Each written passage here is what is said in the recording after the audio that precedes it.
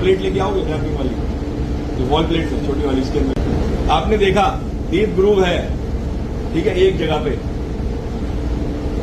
Lap कर रहे हो, नहीं जा रहा है। बड़ा साहब कह रहे करो करो, तुम ऐसा तुम्हें आता नहीं है करना। अब आपके दिमाग में एक क्रेजी आइडिया आया